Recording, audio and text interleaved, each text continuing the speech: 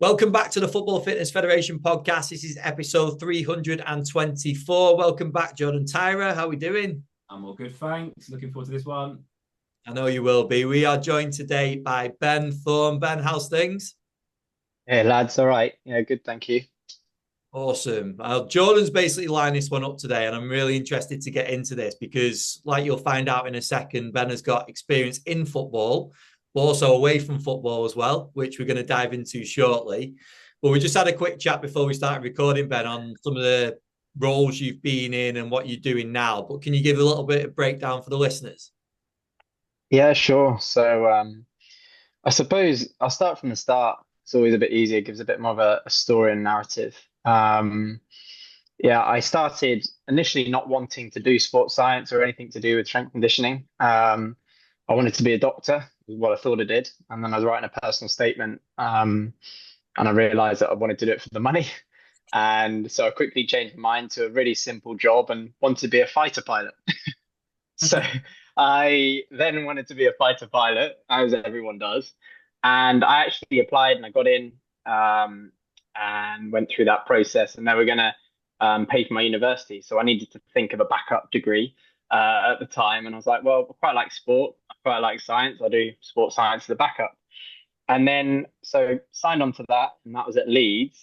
But 2 weeks before I was going to go for my final medical for the RAF, they sent through a message to say, "Oh, we're making cuts. You can reapply in 3 years." But yeah, there you go. And I didn't really know what to do, so I was like, "Oh, well, I'll just go straight up and I'll do my sports science degree."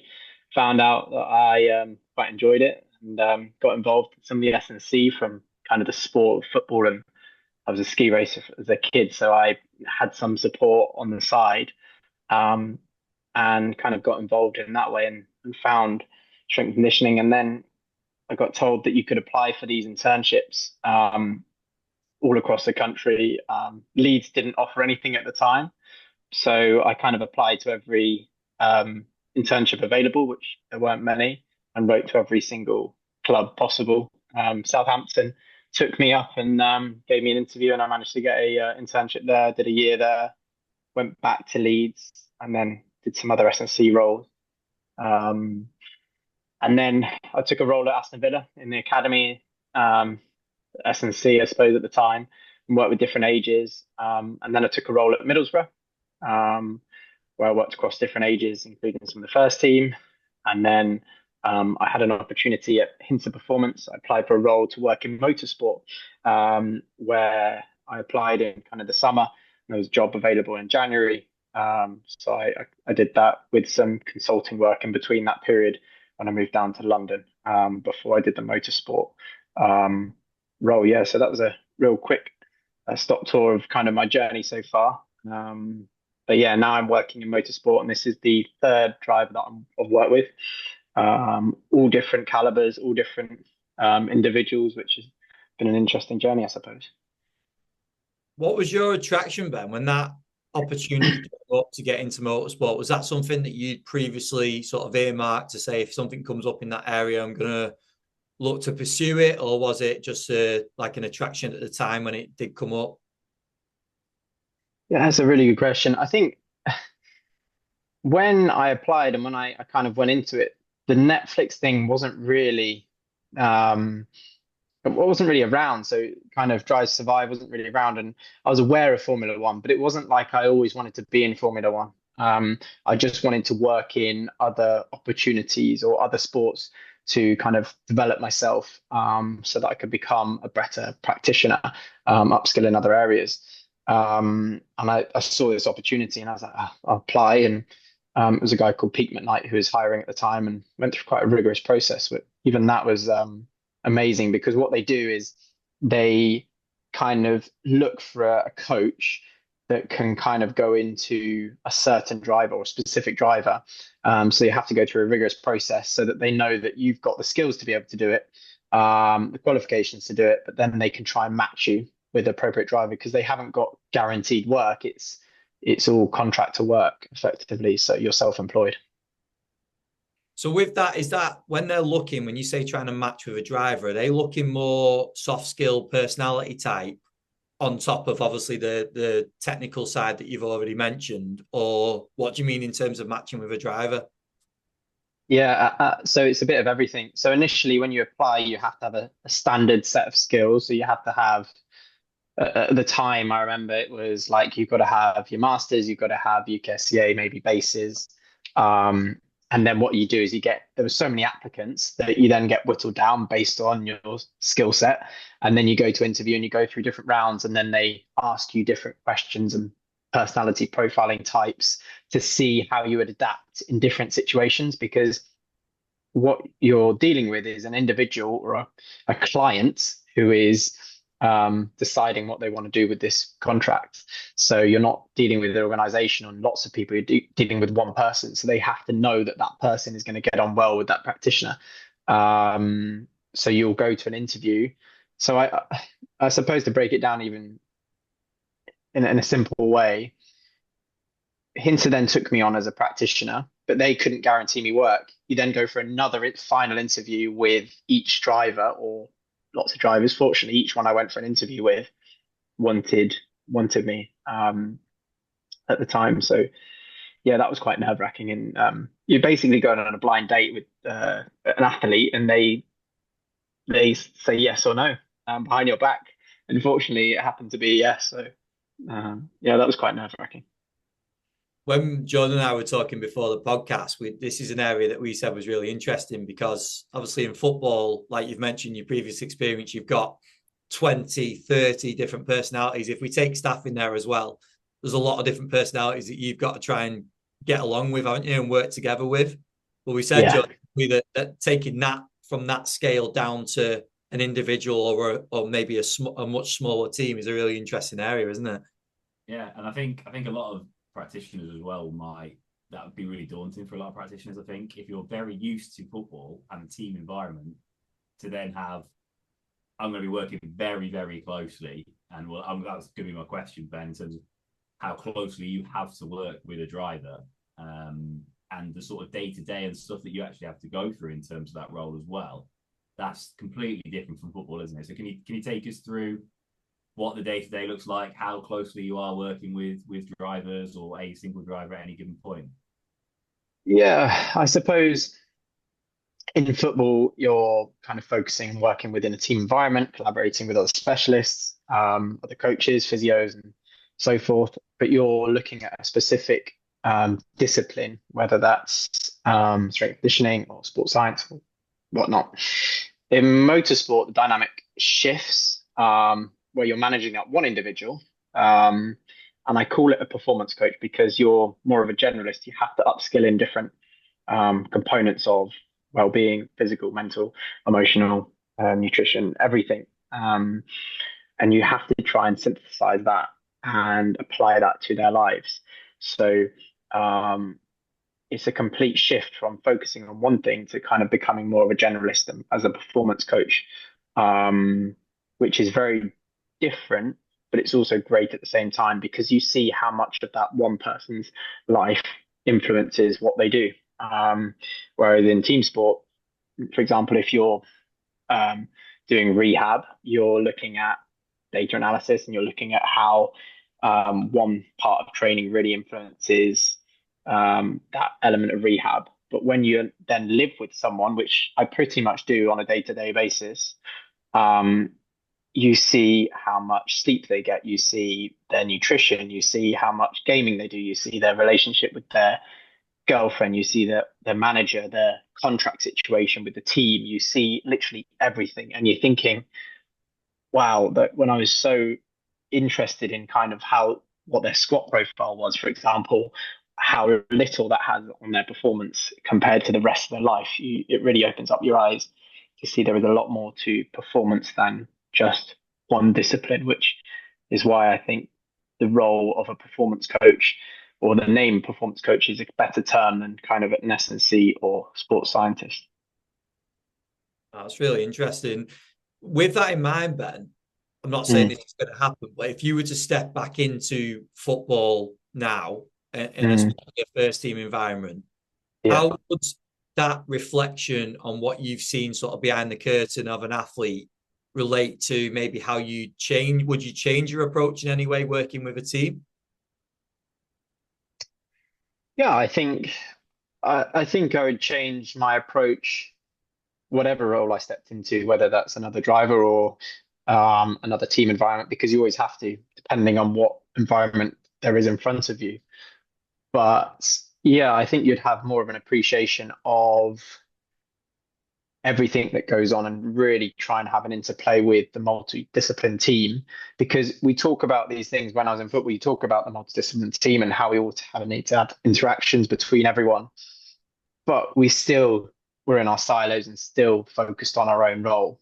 And I think there is a place for that, but it's thinking, how can we integrate what we do with what the physio does, with what the nutritionist does,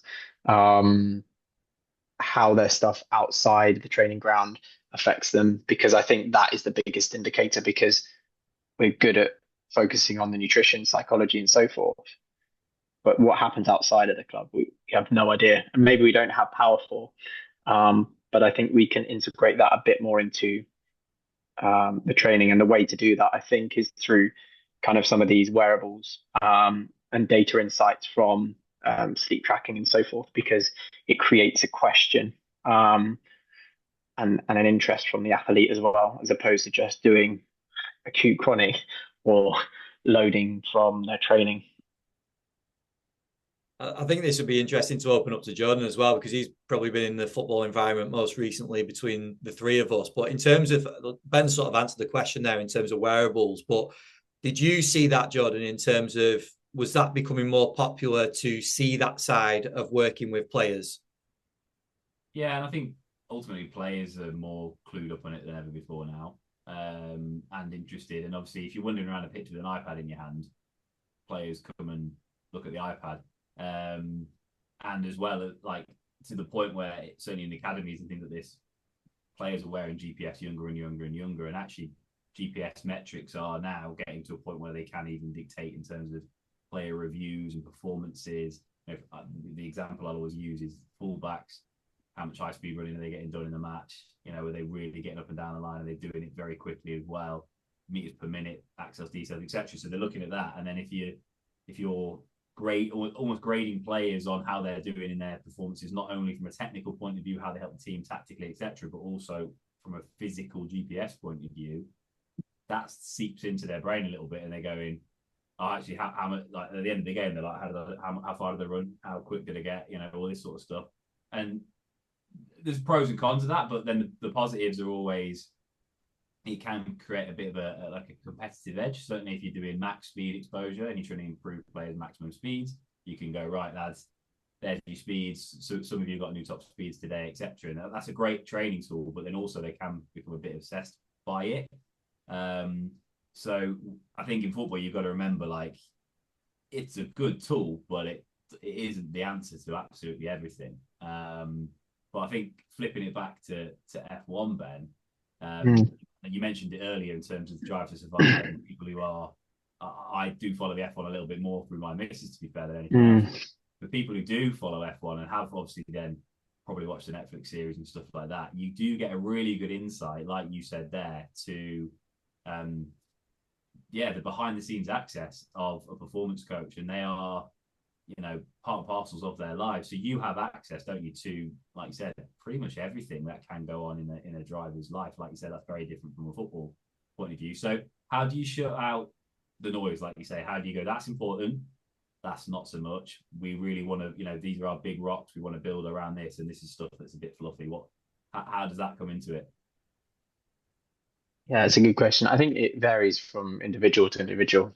I've worked with three different drivers and three very different personalities. So you kind of have to adapt your philosophy or things that you want to do around that person, because ultimately you've got to remember it's an athlete. And in football, you've got athletes working for an organization, but this athlete is actually a client. So there's a balance between what you need to do and what they also want. But I still believe that, again, through psychology processes and so forth, that you can come together with achievable goals based on what you want to do, but also what they want to do. So I think it's a fine balance between the two, but you can still deliver and I suppose direct the way that you're trying to go. And year on year, this is the third season that would be with this driver. So you see more and more. And I think the first year you're kind of figuring out what is going on and how they work and how they adapt and what they actually do. Because sometimes you can go into an environment thinking, what on earth is this environment? But really, you don't have the context to understand why that's like that. And I really felt like that coming from football to F1. Some of the practice, I'll be honest, I thought was quite poor. But then you figure out why, and it's stuff to do with logistics, it's stuff to do with travel. You realize how much more than just training and driving there is. You realize that the drivers can't practice in their own car. You realize that there's media and marketing. You realize the sponsorship deals that they've got to get money so that they can drive year on year. It's not just as straightforward as doing their sport. And then that's where some of the context comes in, I suppose, and you try and then tailor that to improve them. But I suppose that then on the flip side, there is a lot of which I've come in and I'm like, wow, that's amazing. Football could learn so much from that. So I suppose that's the amazing thing of working in a different sport is you can take the elements that are better and then improve the elements that which need improving. I'd love to dive into some of them lessons in a second, Ben, in terms of what we can take into football. But what I wanted to ask you first is you've mentioned about the three drivers. This will relate nicely to coaches at clubs because there'll be opportunities that they have where they either work with a small group of players or maybe an individual.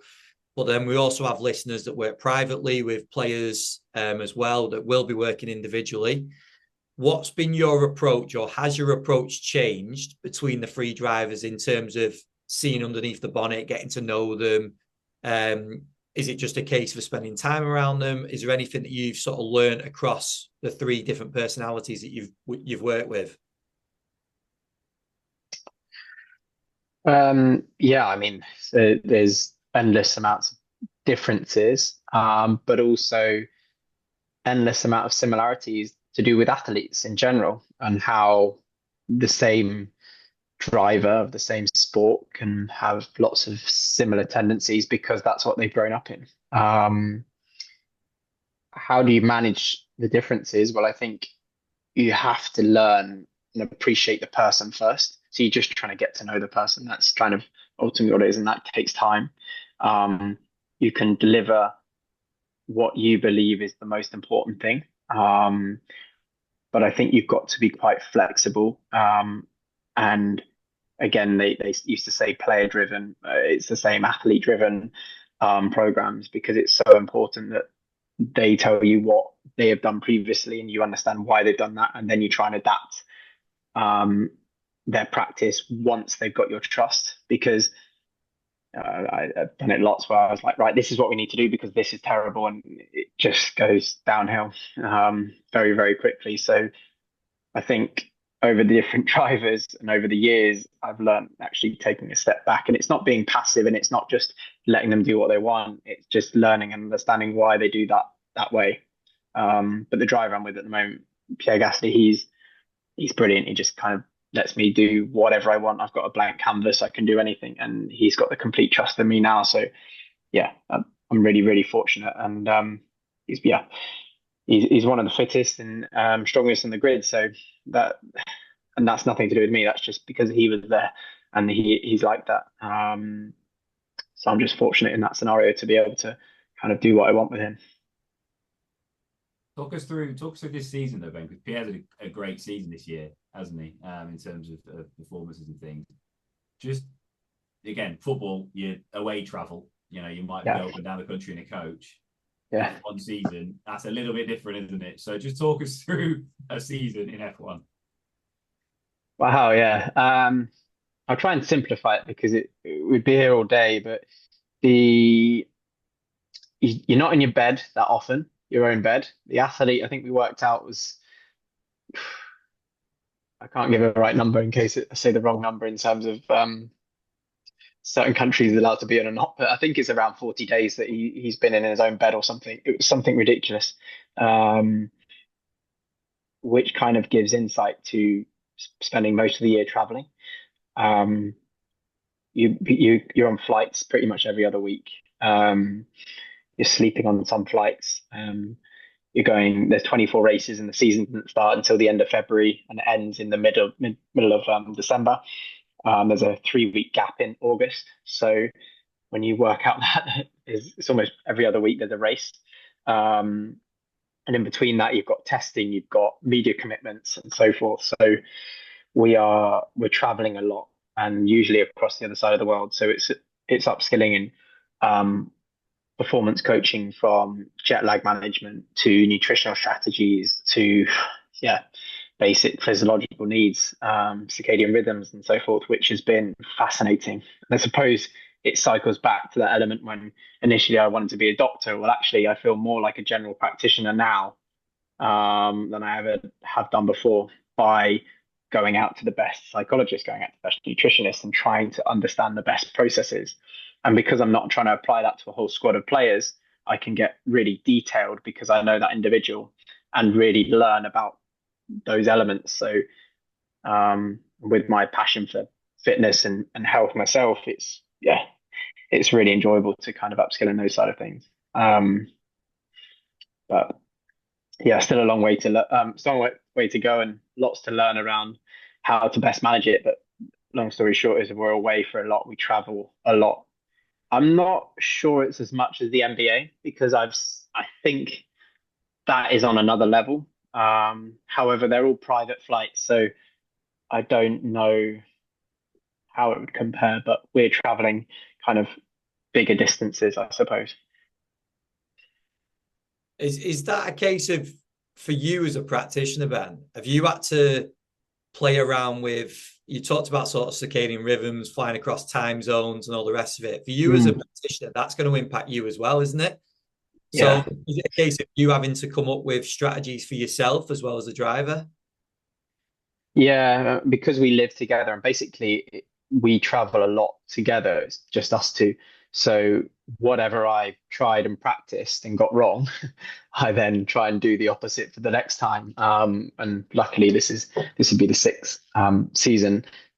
Um, you, yeah, I've experimented on myself and tried to pick up different things from different people and learn those processes. But I will emulate what he does, really. And even things like, to make it simple, like when we're at the track, each team has their own motorhome. I don't know if you've ever seen them. It's amazing. They have these motorhomes and then pick them up and they go around the world. And it's exactly the same at the next place. And it's like a training ground, but at the circuit. So then we've got catering team or chefs there, and then we'll have the same food. But even from the extent, I'll eat the same food as him because it's just easy for them to make it, but also then I know what he's having and how he might be feeling at the same time. So I do live a lot of what he does so that I can understand how he might feel. But yeah, obviously there's differences between individuals as well. How's because like I said, I've watched most of Drive to Survive. I'm sure a lot of people have now, and it does I actually provide. haven't. I actually haven't seen a lot. So Have you not seen don't a ask me. lot? Don't ask me this question about it because I'm not gonna Okay, know. well, all I was going to say is the behind the scenes access of it, to me, really highlighted A, how athletic the drivers are, and B, how incredibly driven, pardon the pun, the drivers are, in terms of, like, they're the top 20 drivers in the world, and they are there with one focus of winning the race, and their mentality is like the elite of the elite, but also just the demand on the body. So people who aren't familiar with F1 or who have never watched Drive to Survive, because I think it gives a good insight into, like, they're coming out of these races, certainly Indonesia, and there's some good night races as well, and they are just ripping. Like the G-force and the time spent in the car and the heat they go through. Just give people an insight into that. Yeah, I suppose I forget that a lot of people don't realize that. I suppose there's stuff in the car and then there's stuff externally as well. So there's different factors, but the main one is when they're driving, we know that they're driving between 160, 170, sometimes higher BPM heart rate. in a cockpit which is very, very hot. And they are exposed to 5 to 6 Gs at most corners. And then they've got a steering wheel with over 36 buttons. And they're speaking to an engineer at the same time. And they're also fighting Max Verstappen, Charles Leclerc, and other top drivers at the same time. So when you think about the physical or mental demands, it's crazy. So the fitter we can get someone, the better they're going to be able to cope with these circumstances, as well as everything else of rain and so forth that could also go on. So when you think about that, you really do see how elite these guys are. And they don't practice. That's the other thing. They're not allowed to practice, because the reason for that is that if certain teams are allowed to practice, the teams with more money would practice more, because it costs to hire a track, it costs to build the car, it costs to staff the car and so forth. So they keep that within the budget, so you're not allowed to practice. You can practice in an old car, and they'll do that. I think they've just capped it at 1,000 miles, 60 days before, so which isn't very much when you think of how quick these cars are. So yeah, the demands are very, very physical. Their neck strength is really important. Their aerobic capacity is really important. So yeah, loads of different demands. And then there's the traveling. So it's like, I don't know how often you guys travel. I think you've just been away, Jordan, at Christmas, but when you get back, you kind of feel like just wiped. Well, these guys are then going to go in 300 kilometers an hour at 6 Gs and then racing. So they do get used to it, and their travel is very luxurious at times, but it's still brutal on their body. It's mad. It's absolutely mad, isn't it? When you're breaking it down like that, what a demanding sport. It's incredible. And I think we can learn a hell of a lot from it as well, can't we, Jordan? Just in terms of, like you said, watching Drive to Survive, following the sport. I don't follow it massively. It's sort of vaguely keep an eye out for who's winning races and stuff. When you're breaking it down in terms of the demands, it's amazing.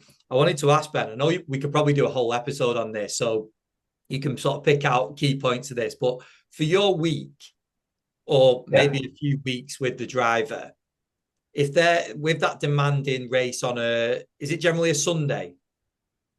Yeah, the race is a Sunday. So they got practice Saturday. Yeah, so what happened usually is Wednesday becomes more of a travel day, Wednesday evening. Thursday is a media day with the track the whole day. They're on Sky Sports, all the different media commitments and sponsorships. Friday, they usually have practice. So there's FP1 and 2, apart from if it's a sprint weekend, but I won't talk about that. And then Saturday, you have another practice session in the morning, then quali in the afternoon or evening. And then on the Sunday, it's the race. So yeah, that's kind of how the format of the weekend goes. So then where does your bulk of work come into play? Because obviously that's their performance, isn't it, on the Sunday, which I'm guessing they're going to be pretty fatigued from on the Sunday into Monday. So what was that like for you as a performance coach? Where are you looking to get your work in? Yeah, so it's midweek, and it's microcycled, so it depends. But Tuesday, Wednesday becomes kind of the true training days. We train kind of. We go from a Monday, Tuesday, Wednesday, Thursday. We train on those days, and then obviously they're into the weekend.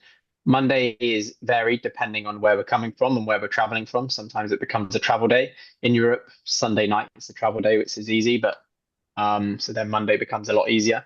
But if we're further afield, it might be being traveling between places. But yeah, we then get the bulk of work definitely on Tuesday and Wednesday and Thursday, but sometimes on a Monday as well.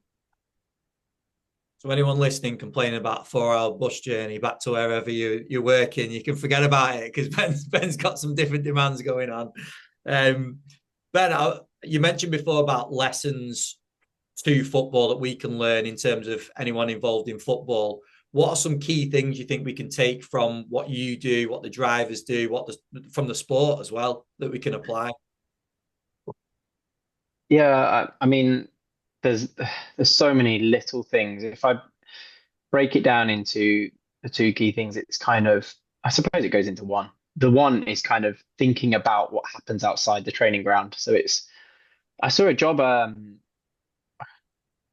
where it was, but somewhere it's talked about I think it might be FA or something, talked about the 22 hours outside of training. I thought it was really good because I think that's what we can learn about from F1. We can look at how do we look out after the body outside of the training ground. A lot of footballers nowadays will have private coaches, I know, and that's a whole nother topic. But um, I think we can start to cater for some of those needs. And how we do that, I think, is using wearable data. Like the Aura Ring or 8 Sleep. I don't know if you've come across these devices yet. I think we can learn some powerful things from sleep and recovery. The specific metrics, yeah, that's a whole other topic as well.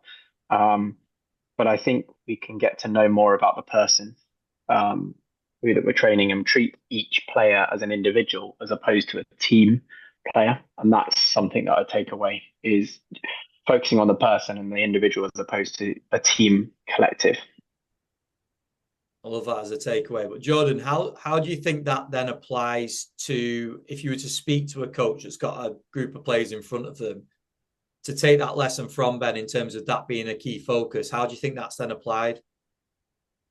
I think ultimately, like you said, remember that football is a group of individuals within a team. And if you're taking, let's say, let's go for a half an hour change of direction session with an under 16s age group. Let's just take that as an example, right? Like, and you've got 10 players in that group. Within that 10 players, you're going to have multiple different learning styles. You're going to have multiple different personality types. You're going to have multiple different training ages, etc., etc., etc. So you standing in front of them, showing them how the game works, and telling them the rules, and then going off you go, and standing back, they're all going to have taken your information differently. Even though in your head you've gone, that's the rules, that's the game, off you go. All 10 of those athletes have taken that slightly differently. Some might have taken it very similar, but some might be very, very different and quite a big range in there. And like as coaches, we just love to get involved. I'm guilty of it. I'm like more active than some of the players sometimes in sessions. But sometimes if you stand back and just actually watch like the interactions, if there's any sort of like queuing time when players are waiting to go next into an arena or whatever it might be, watch the interactions between some of the players because you'll see how different they are. Some of them are like egging on the team, some of them are just watching, some of them are criticizing, some of them are looking over there and picking the nose. Like that. So just from doing that alone, you realize how different that squad is. And then if you just take that context and times that up by a full squad of like 25 players, 30 players for a first team environment, or maybe a B team, and then scroll it down through the academy.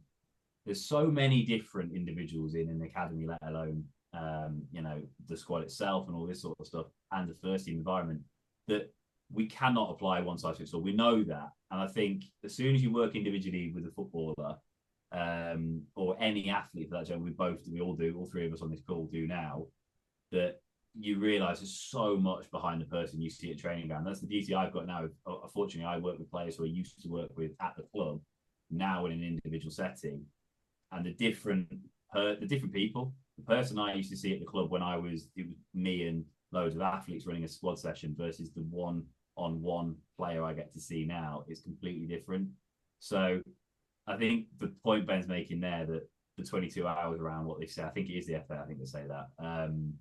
It's a really, really good point because you've got to remember they're just individuals within a team. So I 100% agree. If any coaches are in football and can get a chance to go and speak to someone like Ben, go and view an individual sport or work with players one-to-one, it completely changes how you coach with players, even in a team setting, because you will interact with certain players differently. You'll pick up on different cues quite quickly. You'll pick up that certain people don't like an auditory style of coaching demands, that some people like to be shown.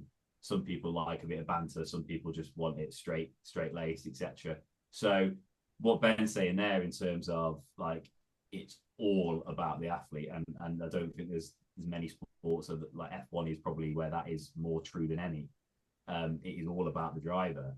Like it is. And unfortunately, football, you just got to try and scale it up, and that's the reality. But I think if you start with the individual in mind and build out to the team, it's going to be really, really important. But the points Ben's making there, I think, are really important. Sleep's one as well. I think we all know the importance of sleep and recovery, but we all know, certainly with younger players, that there on phones or Xboxes or whatever it might be till quite late at night. Whereas Aura rings, and like you said, like Ben was saying, like people are tracking sleep way better in other sports. So that could be the next. And I know that we are doing it in football with Whoop fans, etc. as well. But yeah, that's definitely an area for development. But there we go. I'll shut up now.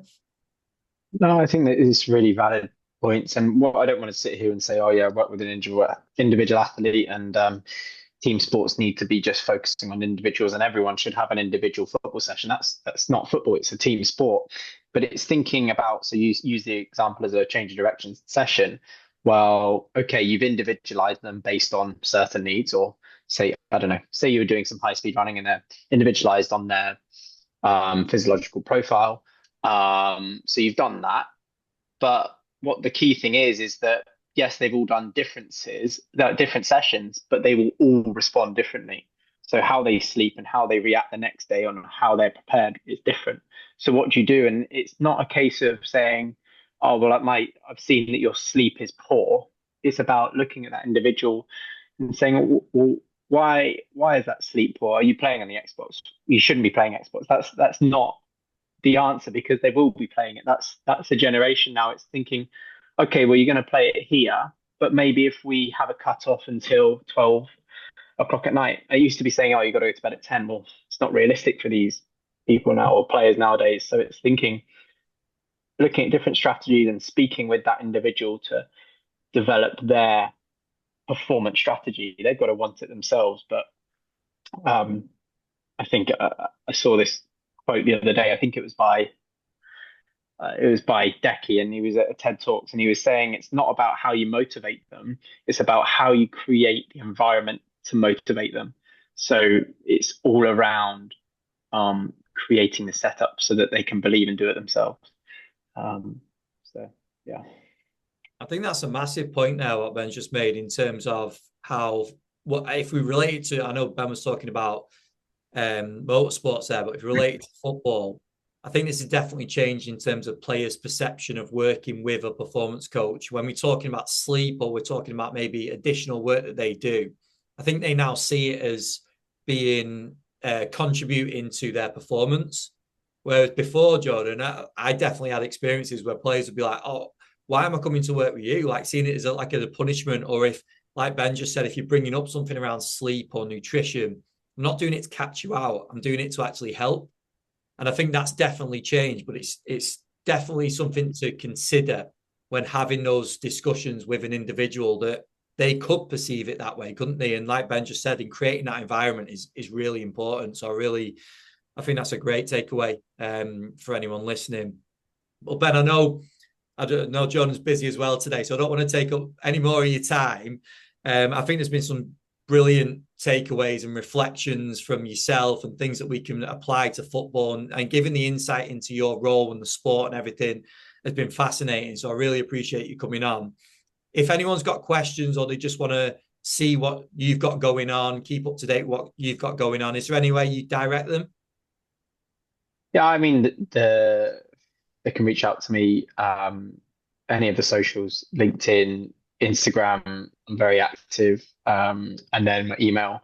But you can get that all from Instagram, I think, now. So just reach out to me there, and I'll try and get back to you as quick as I can. But always happy to speak to new coaches. I don't advertise it, but I offer a call out if people reach out, and for new coaches coming through, and help them decide what they might want to do by telling them my journey. And so it's helped quite a few people. But yeah, please reach out if it's of help. Hopefully I'll get back to you as soon as I can if I'm not on a flight. It's Ben_Thorne, isn't it? Is that the one? It will be yeah, Ben_Thorne is my Instagram. Yeah, that's right. Yeah. Awesome. Ben, thank you very much for your time. Jordan, thanks for coming back on. Pleasure. Cheers, lads. Thanks very much. Really appreciate you inviting me on, and looking forward to speaking to you both soon. Yeah. Jordan, a very different episode, but to be honest, I could have talked for hours on that topic, because I think what Ben's facing in terms of the demands of the sport, the difference in terms of working with the individual, we could have probably talked about loads of different areas, couldn't we? But hopefully people took a lot from the lessons that relate across the football. Yeah, 100%. And what Ben didn't say is, funny enough, I probably owe a bit of my career to him at the start, actually, because he, like you said, when he touched on writing to Southampton and stuff, he set the link up. I was the year below him at uni. So when I came to that year, I got a sandwich at Southampton. It was kind of because of Ben had kind of set a little bit of a link up there. So without Ben, it might, you never know, it might be say, hey, who knows? But no, I think he gave us a whistle stop tour. But obviously when we stopped recording then at the end, he kind of did say, he said, I just kind of forget. And anyone who has watched the Drive to Survive Netflix documentary, I would recommend it, even if you don't enjoy F1, just to get an insight into what goes on behind just the race weekend and the Sky Sports highlights, whatever you watch, if you do watch anything. But the actual behind the scenes stuff and the work that the drivers go through with performance coaches is really, really impressive. So just like you said though, the travel, and like you said off air as well, you just think, oh, the next one's the Bahrain Grand Prix, and then you hear next, and you just sort of go, oh yeah, cool, it's F1 at the weekend, but you don't really realize they've just jumped like 8 different time zones, and then they're being asked to drive at 170 miles an hour in a car, 6Gs, like it is crazy what they actually go through. So really interesting breakdown. And again, like I said, you've got to be so on it with that person you're working with. If you live with them, if you're with them every single day, which Ben was alluding to, that is the most individualized approach you could possibly get, really. So yeah, lots to take away. Definitely. I think, that's the big thing for me, is where you mentioned about what happens away from the training ground. Like, how much effort and energy do we actually put into finding out what's going on? Families, kids, stresses, relationships, all the things that we know have massive impact on performance. He mentioned, didn't he, about focusing on squat mechanics or squat patterns or something with an athlete, which is cool. But if they've got all that going on, how much of an impact are we actually going to have with that? Or does it need a different approach? I thought that was a massive takeaway, and something to just get people thinking about, just in terms of what can you do better to support that athlete away when they're not with you all those hours of the day. I think that's a really key point. It's definitely the first aspiring fighter pilot that we've had on the podcast. Yeah, I loved it when he said that. What a journey. Doctor, fighter pilot, and then sports scientist. Yeah. But no, I think we love learning from different sports, don't we? And that's definitely what we've done in this episode. So yeah, big thank you to Ben for coming on. And again, thank you to you, Jordan, for your insights, your questions. I think it was great. Just a final one for me, just check out the sponsors. That's Hytro, Bridge Athletic, the Good Prep, and also Hawking Dynamics. And we will be back next week with another episode. Some big guests to come over the next few weeks, so keep an eye out for them to come. Cheers, Jordan. See you soon.